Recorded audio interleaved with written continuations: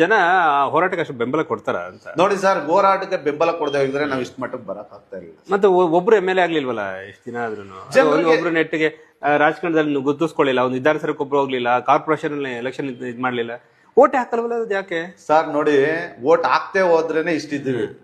Vote ಹಾಕಿದ್ರೆ ಭ್ರಷ್ಟಾಚಾರಿಗಳು ವಿಧಾನಸೌಧದಲ್ಲಿ ಇರಲ್ಲ ಸರ್, ಎಂ ಎಲ್ ಎಗಳು ಎಲ್ಲ ಪರಪ್ನಗರ ಜೈಲ್ಗಳಲ್ಲಿ, ಅದಕ್ಕೆ ನಿಮ್ಗೆ ಜೈಲ್ ಇದೆಯಲ್ಲ ಅದು ಅಲ್ಲಿರ್ತಾರೆ. ಅದೊಂದು ಭಯ ಅವ್ರಿಗಿರ್ಬೇಕು.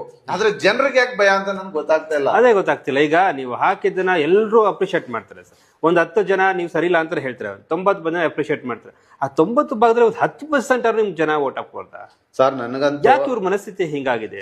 ನಿಮ್ಗೆ ಭ್ರಷ್ಟಾಚಾರಕ್ಕೆ ಕೆಆರ್ಎಸ್ ಪಕ್ಷ ಬೇಕು, ಅವ್ನ್ ತೊಂದ್ರೆ ಆದ್ರೆ ಕೆಆರ್ಎಸ್ ಪಕ್ಷ ಬೇಕು, ಆತ ಅಲ್ಲಿ ಯಾವನ ಹೊಡೆದ್ರೆ ಪೊಲೀಸ್ ಸ್ಟೇಷನ್ ಕಂಪ್ಲೇಂಟ್ ತೊಗೊಳಿಲ್ಲ ಕೆಆರ್ಎಸ್ ಪಕ್ಷ ಬೇಕು, ಓಟಿಗೆ ಮಾತ್ರ ಯಾಕೆ ನೀವು ಬೇಡ ಅಂತ? ಅದನ್ನ ಅವ್ರು ಏನ್ ನೋಡ್ತಾ ಇದಾರೆ ಅಂದ್ರೆ, ಒಬ್ಬ ಪ್ರಾಮಾಣಿಕ ಚುನಾವಣೆಗೆ ನಿಂತಾಗ